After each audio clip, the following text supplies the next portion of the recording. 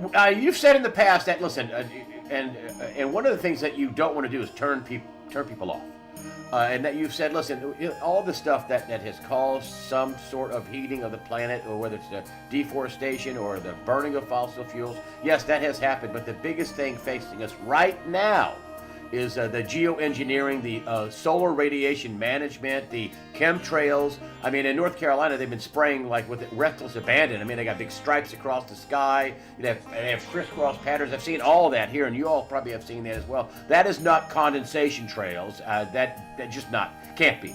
I mean, any thinking person can't think that, oh yeah, condensation trails. You see one plane putting a big stream of stuff out. You see another plane with nothing coming out of it, hardly, a little bitty tail in the sky. Geoengineering and solar radiation management, that's what you say is tipping the planet over right now, and at a very alarming rate. Well, there's one report out there that's on your site that says we have less than a decade before the planet turns into Mars. And that's not my data. That data is coming from the best, most recognized frontline Arctic methane climate scientists. And methane is the issue that's not being reported either, and that's the linchpin on our collective coffin if the atmosphere fills with enough methane. But I don't want to downplay the damage done to the planet, because we've lopped down over half Earth's forests, we've poisoned the oceans, we've paved the planet. Those are all significant sources of damage. But the single greatest assault on Earth's natural systems at this time is climate engineering. And when we have that type of intervention going on, Greg, it prevents the planet from responding to the damage done.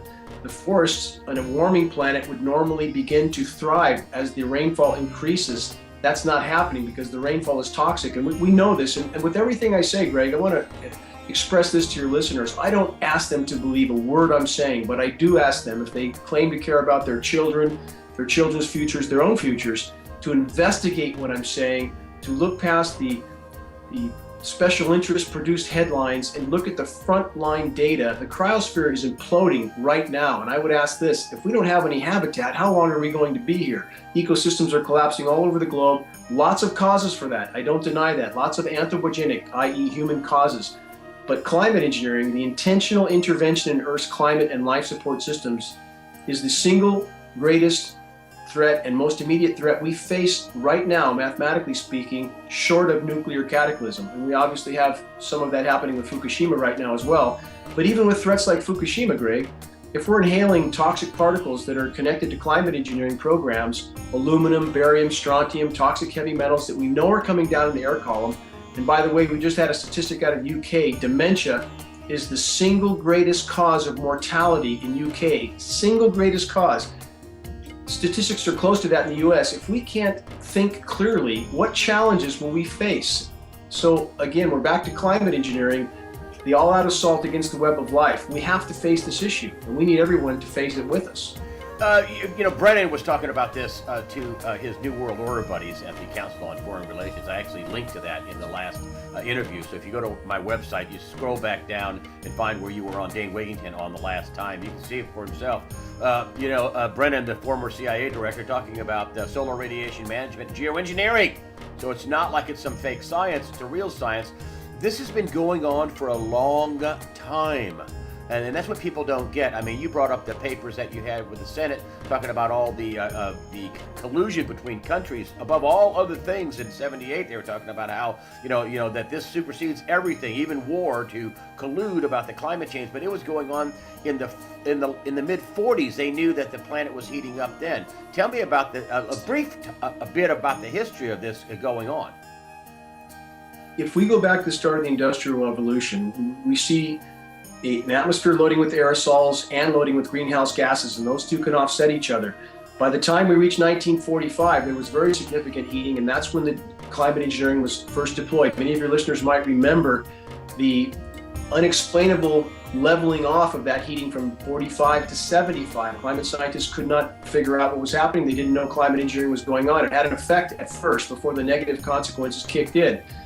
But as the greenhouse gas buildup continued, which includes methane, the climate engineers, the destruction they were causing with the spraying of particulates in the atmosphere. So your listeners understand, Greg, a primary element of climate engineering, solar radiation management, is to fill the atmosphere with light scattering particles to deflect some of the sun's energy. That has massive consequences. But as those consequences begin to kick in, in the mid to late 70s, and the greenhouse gas buildup continued. Temperatures continue to rise. Many people don't understand these scenarios that have happened. What does the military-industrial complex do? They double down. They just do more. They just spray more. By 98, we had the warmest year ever recorded on the planet. What happened? They doubled down again, increased the programs again to block more of the sun. And this has continued to this date as we're logging more and more warm years. The consequences of climate engineering, shredding the ozone layer, disrupting the hydrological cycle, toxifying the entire planet, all those consequences are massively manifesting on the planet, and the military-industrial complex just continues to double down.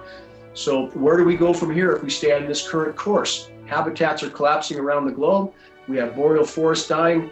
And although there's many causes, again, we have climate engineering at the core of so many of those causes, including ozone destruction and so forth, that when you intervene with Earth's natural systems, you get a horrible result, and that's where we're headed. So Greg, people wonder, if things are so bad, how come the shelves are so stocked with food in the United States? Why is that? Because the United States is importing unimaginable amounts of food from other countries that are starving to death right now. Tens of billions of dollars worth of food are being imported from abroad to keep U.S. shelves stocked, to keep the U.S. population pacified until the last possible moment.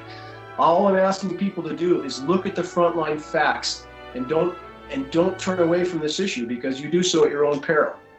Rabboni. Touch me not, for I'm not yet ascended to my Father. But go to my brethren, and say unto them, I ascend unto my Father, and your Father, and to my God, and your God.